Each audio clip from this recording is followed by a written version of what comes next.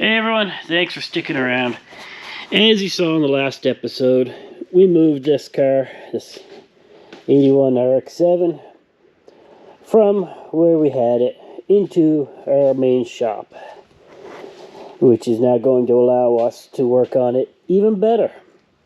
And there's our nicely powder coated Simmons 3-piece wheels. The car, when done, will be getting repainted the same color. It's kind of a mix between the robin egg blue and a new metallic blue. Kind of keeping with the original color, which was robin egg blue, and giving it a modern touch with a little bit of metallic to it to make it look a little nicer, a little more modern. For those who are really up to speed on the RX-7s, you'll notice no side trim either. We got rid of that.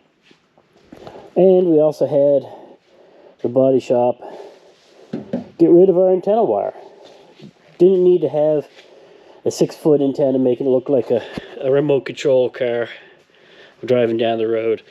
Once we're done, get it mobile, we will be doing some audio work to it, some electronic stuff, and there will be an antenna put back, but it just won't be a 6-foot tall whip antenna. You can kind of see on the dash there, we did put a double DIN radio in there. That one is going to come out because it's not Maestro compatible, but the new one will be going in that will be Maestro compatible. And just to leak a little sneak peek of what might come in the future is once we get this changed out, get some fuel injection into it, with kind of planning the Holly Sniper system right now, but might look at the fuel injection technology system. We may play with the Maestro unit and try and get things to show up on the screen as well for the aftermarket radio. But we got to get this driving first and running. So that's coming down the line eventually. But in the meantime, right now, we got to get this thing so it stops. So anybody who's tried working on these RX-7s, repairing them and stuff, probably realizes how hard it is to get certain parts. And right now we're struggling to find brake parts for it to keep it with the rear drums. And we've gone through what we did have. This is the factory stuff we took out. So we're going to clean up the injector, or not the injectors, what am I thinking? We're going to clean up all the adjusters, get them cleaned up nice, take this lever off, get that cleaned out. The shoes, obviously, they're not going to survive. I mean, this one here, you can see the pads already peeling. That one has no pad. So we will be replacing those, but just finding some of the other hardware seems to be a little hard. So we're going to see if we can't salvage some of this first. So stick around. Here we go. Alright, so thanks for sticking around. As you were watching, we were getting ready to strip down the brakes just to see what we have, and this is what we have. We got our adjusters here. They're all good. Need to be cleaned. Gonna give them quick sandblasting, make them all nice and clean. We have these two levers and these two levers, so we're good there. We do have a couple springs, but I'm hoping I can replace them and not have to use those, just because those are old and I don't know how solid they are. Don't even know if they're worth using. So I'm hoping to replace them along with the drums and the pads, but we'll see what we can find off the good old internet. But so yeah, I do plan to sandblast these, and I'm just going to spray them with a primer. I'm not going to powder coat them or anything, because anyone who knows powder coating knows it takes up tolerances pretty quick, and I can see if I coat these, they're not going to go back together or work quite right, because there'll be no tolerance left and they'll rub on each other. So we're not going to do that. We're just going to put a coat of black primer and let them go. So now that I have these, now I'm going to get working on the brake line and see if we can't start getting that ready to go on the axle. So stick around. Alright, so as you've been watching, we've been working on the brakes for this car. And there's the parts. I've got to get them sandblasted still, but now we're moving on to the brake line and the wheel cylinders on the axle itself. Now when I got these in, I looked at them, I was a little confused. There was two different ones. I thought I was sent the wrong part. This one here has two yellow plugs. That's got a blue with a bleeder screw. Now, these yellow plugs, when you open them up, they're meant for brake line fittings. Same with the blue one here. And it's a little different than the bleeder screw.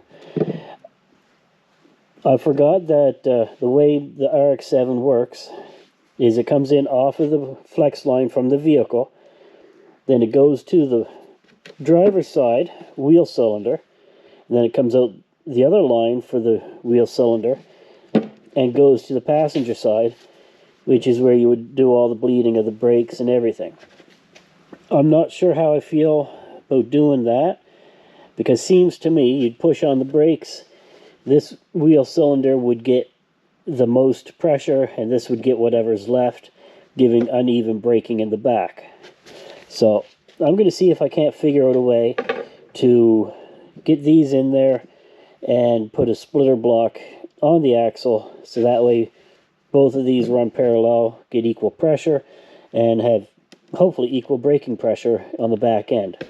So we're going to go get this one installed on the passenger side. Then we're going to bend up some line and see if we can't get that remotely close. And then we're going to see what we can do about this one. So stick around. We'll be right back. Alright, so here we are, obviously under the car. We have the wheel cylinder mounted, and we got the first half of our brake line connected. So now we're going to continue on, hook up with here, get connected along the rest of the axle, and go to where the proportioning valve, or the Y splitter, is going to be. So we're going to get that going. I'm going to get bending up some line, and you can sit back and watch and enjoy. So here we go.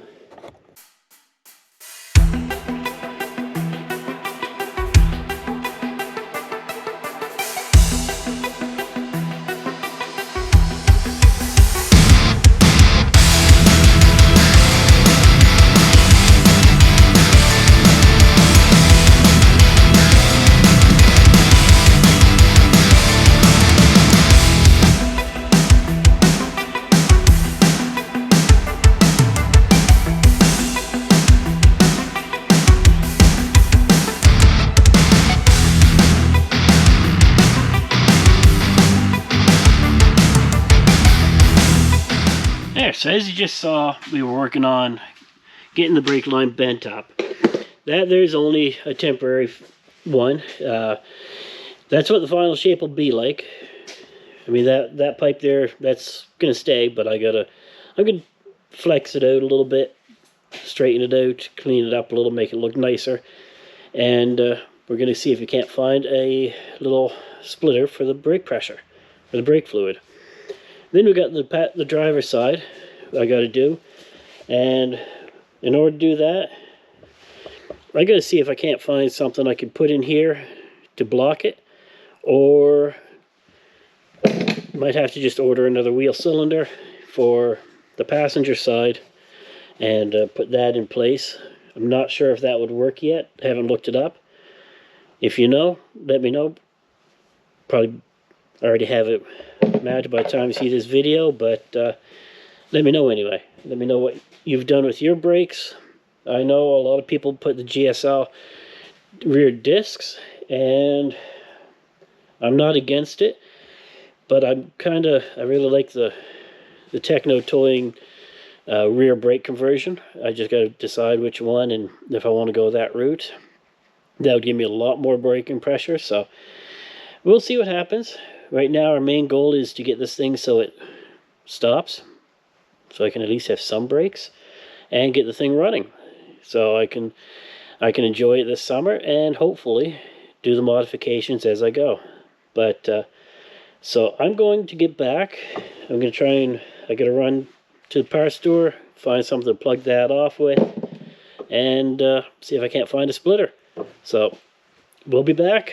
You hit that subscribe button, and you'll see this brake line finish shortly. A few moments later. Alright, so thanks for sticking around.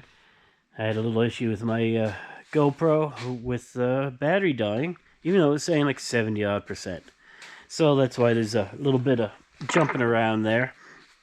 However, it didn't stop us from getting everything done. So let's take a look under what we've done. There we go. Alright, so as you can see, we have our passenger side all set. I do need to put a plug in the bottom side, because where the main feed comes in, it would go there, then it would jump over and go to the passenger side. So I'm going to put a little plug in that second port and not worry about it at all. So then we have the line that's going to come this way, and it's going to go right up to here. And that's where the main feed from the car itself coming off of that flex line right here. And then as you saw, there's I've got a little brass T that's going to come right off of this and go outwards here horizontally. So then that's where this will plug in here. This one here will plug in on the other side and then go straight over up into here on this side of the brakes. And we just finished putting that cover back on. And once I get the adapter, and I've got to reorder some more of those nice braided brake lines I had. You'll see them in one of my other videos from quite some time ago. Let's go out from under the car where it's a little bit lighter. I had got some lights, or I got some brake lines from a guy off of Facebook. He sells the Apex ones, and they were really good. I got the fronts installed, but can't really see them because of where they're tucked up in behind there. But they're really good quality. They're holding up well. The downside, when the shop burnt down, you can guess where the rear brake lines and the clutch line were.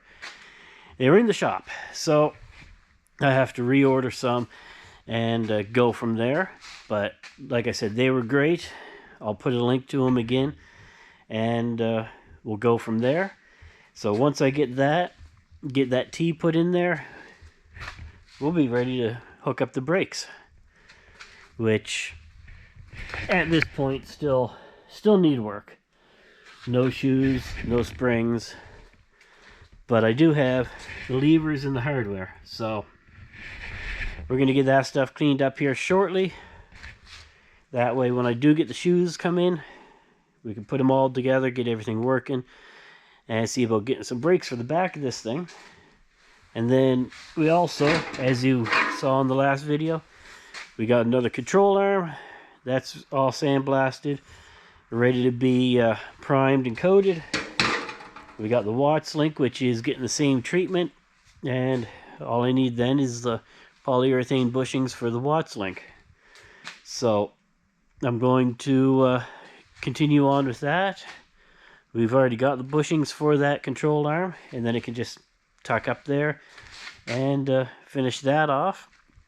And I'm not sure if I'm going to run the sway bar yet. I've got all the links for it. They do need to be re-powder coated because they just sat out for a couple of years. But once I get them redone, I'm still debating if I want to run a rear sway bar.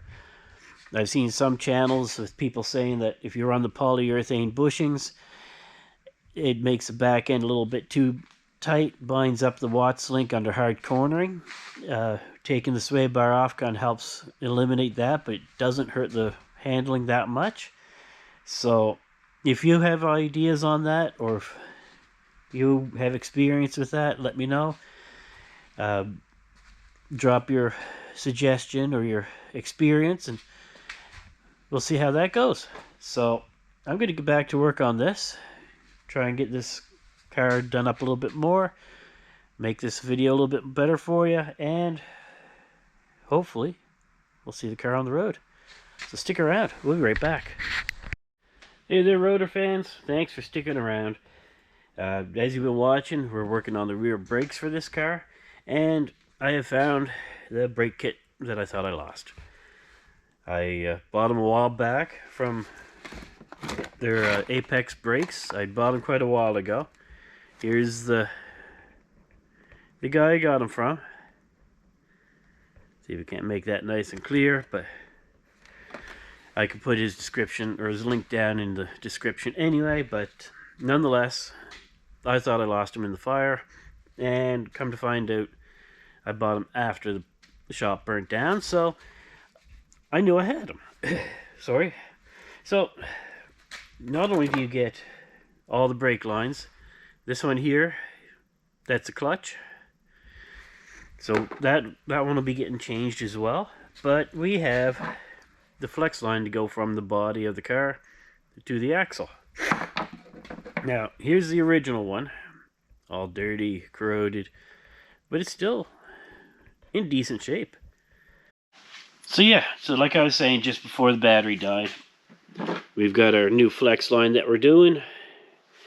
And then we got our fitting here, and we have our little T. So as you've already seen what we've done for the brake lines in the car, now we're going to go put this flex line in the car and make it a little brake line, a little hard line to go from that to the T, and then it'll go to each of the two wheels. So we're going to go crawl under the car, get this line installed, so stick around and let me show you how we do it. Alright, so here we are under the car. You can see a nice shiny little brake line there. Let's see if we can't get a good view of it. Yeah, there it is. We got it put back in, and it runs right to that at the top of the rear axle. So now, with that, we have our little T that's going to go here like this. Now, the problem I have is this here is an M10 by 1 pitch, which is what size this is, and this is a 3/16, just a standard brake line fitting. So I got to make some kind of an adapter that comes out of this, goes to this fitting, so I can have it distributed to where it needs to go. And I'm kind of thinking something like this. Just put a little S-bend or something into the brake line here, and make a bracket, because there is a hole at the top of this. Make a little 90-degree L bracket, comes up and comes out this way. I don't know if I can do it because of the brake clip for this, but we're going to try. So we're going to thread that one in and see what we can get. See how much room we need for things. Because I don't have to have this T-fitting right over top. I can move it to the side a little bit, because I gave myself a little extra brake line at the top here. And I'm kind of liking having it come closer to the center diff. And so yeah, so I'm going to try and get that all bent up and wrapped around and twisted and everything else. In the meantime, there, get that tight. I do have to go get a new C-clip for that, but I think we're going to have brakes here soon, or at least have the lines done. Still got the whole reservoir and whatnot to change under the hood, but that's coming. So you stick around, hit that subscribe button, and I'll be right back. Alright, thanks for sticking around, everybody, but here's kind of what I come up with. You can see I've got the new lines in. You have a little bridge piece that comes here and goes up to the T, and then from there it splits out amongst the two drums. I do have to make some kind of a bracket, so that way it's not sitting there doing that the whole time. But it works. I kind of like the looks of it. I will have to bend the pipe a little bit here and there just to get it to fit a little nicer and whatnot, but let me know what you think. Shy of having a whole different line coming through here, trying to find adapters that I can't find here, this was probably the easiest remedied solution for this. So I'm going to go bend up some, put some flares into these fittings, and you stick around. I'll be right back. Alright, so if you've made brake line fittings before, or don't know how, or a little confused, I'll show you how they're done. So, as soon as I find there's my brake line here. So we're going to be making what's called a double flare. Kind of looks like that. So first, after we cut the pipe using our pipe cutter, on the back you should have some kind of a pointed item that goes into the end of the brake line. Just kind of work it back and forth once or twice to empty out any burrs or anything. Just kind of cleans out the inside of it, and you're good to go. Now the next step, which is the most important, put your fitting on. Don't forget it, because after the next couple steps, if you don't have your fitting on, you're not going to be happy. So then we take the brake line and put it into the holder. Right there, just like that. Now, on your die, and you line up that center pin with the diameter of your brake line, but you have a little step on there. And that there is to get the right depth for your flare. And I'm just making everyone seasick, but I'm just getting things lined up here to show you. So you can see the shoulder, and that is the depth of what you need for your flare. So once you line the copper tube or whatever tube you're using, then you tighten everything down. Now you could do this inside a vehicle or on the vehicle, but it's a whole lot easier to do it from a workbench, because that way you can put the whole thing in a vise like I've got, and then you can tighten everything down with a whole lot less issues. So then you put that die in there, and you put your press down, just like that. So now we snug it down. Now you don't have to go hammering tight on it. Just enough to put this die so it's flat with the holder. Then you loosen it off, and that's your first flare. You should have something that looks similar to that. This one's off center a little tiny bit, but not much I could do about that one. But that would be just a single flare, or as some people call them, bubble flares. To get your double flare, you take the pointed end of this, put it in the center of the brake line, snug it down, and again, you tighten this down so it's snug but not tight. You put too much pressure, it can split the double flare, and then it's ruined. So you just snug it up a little bit, then take that off. And now we loosen off the brake line, and if you've done everything right, you should have something that looks something like that. The double flared end, you can see how it's pushed in here, and then you got your flange, and that goes over it and should sit right inside just like that. So now we're going to go put that back on the car and get the other side, so stick around.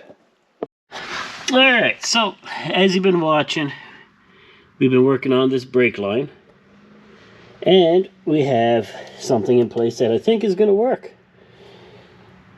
We put the T, got a nice little 180 degree bend here, and then it goes to this T, and everything's actually more solid than I thought it would be. So I don't know if I need to make a bracket to go across here to hold that in place, just because, like I said, that's a fair bit more solid. I do need to put something underneath this little shield right here. The factory, there was a clip right here, and as you can see, it's rattling a little bit. So I'm going to get a piece of hose, kind of like what they've done on this side here, tuck it up into here, and that'll get rid of the rattle and hold it tight. That clamp there that holds the hose, or the brake line, was broke off and rusted out, so it's no longer there. However, I can now say we have a brake line from here all the way over to there, and up there to the vehicle itself. So we're good for that.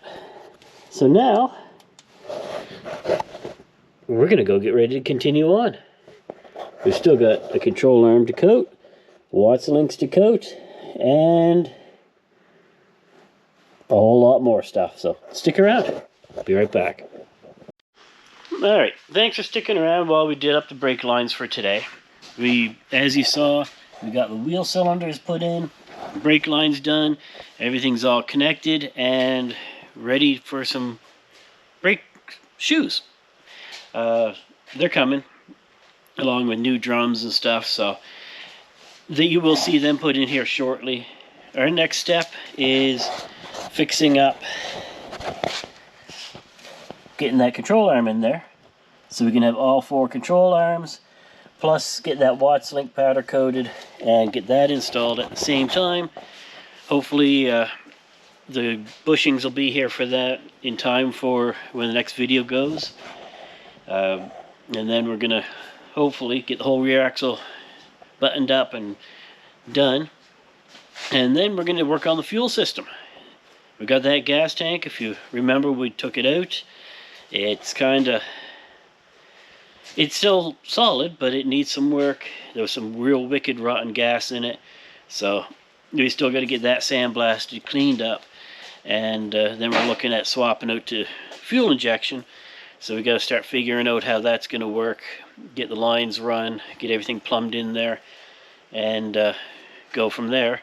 So a lot of stuff is coming, and it's going to be good. We got lots of big plans.